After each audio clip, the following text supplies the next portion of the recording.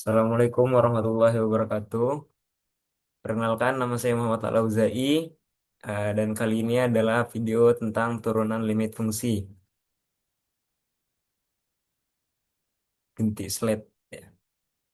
Jadi saya dari kelompok Bruno Mars dengan empat anggota saya, ada Rajis Juli, ada Galih Perdana, ada Fatak Martin, adalah M. Atalah Arkanandito. Selanjutnya, apa itu fungsi? Karena di sini kita bahas turunan limit fungsi. Jadi apa itu fungsi? Definisi dari fungsi adalah aturan matematika yang menghubungkan setiap nilai input X ke nilai output Y, ditulis sebagai X sama dengan Y, di mana X dominan dan Y range. Jenis fungsi utama. Jenis utama dari fungsi adalah linear fx sama dengan mx plus c atau garis lurus, lalu kuadrat fx sama dengan ax kuadrat plus bx plus c atau parabola, lalu ada trigonometri fx sama dengan sin x atau cos x, ekspon eksponensial sama dengan fx sama dengan e kuadrat atau a kuadrat x. Konsep limit, ya, definisi limit adalah nilai yang didekati oleh fx saat x mendekati a, tapi x tidak sama dengan a. Notasi lim x ke a, fx sama dengan L. Sifat penting limit kanan itu lim buka kurung x mengarah ke a plus, lalu fx limit kiri sama dengan lim buka kurung x yang mengarah ke a minus kuadrat fx. Jika keduanya sama, maka di situ ada limitnya ada. Mengapa limit penting? Kegunaan utama limit adalah dasar kalkulus, digunakan untuk memahami perilaku fungsi di titik discontinue seperti asimtot. Teorema dasar. Jika lim dalam kurung X mengarah ke A, fx sama dengan L, maka fx mendekati L saat X dekat A. Pengantar turunan. Definisi turunan adalah ukuran laju perubahan fungsi. Notasi f kuadrat X atau dy atau dx. Rumus dasar f kuadrat X sama dengan lim buka kurung H yang mengarah ke 0, fx plus H kurang fx per H, definisi limit. In- Interpretasi geometris kemiringan garis singgung pada grafik fx di titik x. Aturan-aturan dasar, aturan utama dari turunan limit fungsi. Pertama ada konstanta, d-nya atau dx buka kurung C sama dengan O. C adalah konstantanya.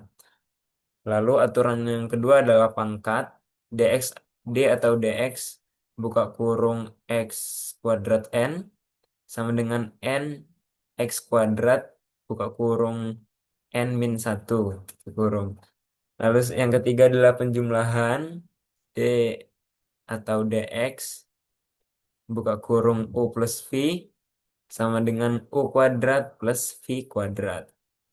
Lalu selanjutnya yang keempat adalah perkalian D atau DX buka kurung UV tutup kurung sama dengan U kuadrat V tambah U V kuadrat. Lalu yang kelima ada pembagian. Pembagian adalah D atau DX yang rumusnya U atau V sama dengan U kuadrat V dikurang U V kuadrat. Tutup kurung dibagi dengan V pangkat 2. Turunan fungsi trigonometri dan eksponensial. turunan trigonometri itu rumusnya ada D atau dx, lalu dirumuskan sin x sama dengan cos x, lalu yang kedua ada D atau dx cos x sama dengan min sin x, lalu yang ketiga ada D atau dx tan x plus sama dengan sek kuadrat 2x. Turunan eksponensial, kalau yang tadi kan trigonometri, yang kedua itu ada turunan eksponensial. Turunan eksponensial itu yang pertama ada D atau dx e kuadrat x sama dengan e kuadrat x. Lalu yang kedua ada D per dx buka kurung a kuadrat x sama dengan a kuadrat x in a. Lalu selanjutnya ada hubungan limit fungsi dan turunan. Ringkasannya, ringkasan hubungan limit membangun turunan, turunan mengukur perubahan fungsi berdasarkan limit. Teorema jika f kontinu di A dan turunan ada, maka limit turunan juga ada. Kesimpulan dan referensi, ini adalah bagian akhir. Kesimpulan, turunan, limit, dan fungsi adalah pilar kalkulus untuk menganalisis perubahan dan perilaku matematika. Tips belajar buat turunan limit fungsi, tips belajarnya adalah latihan soal yang rutin, gunakan kalkulator grafis atau F seperti Wolfram Alpha. Ya, sekian yang bisa saya sampaikan.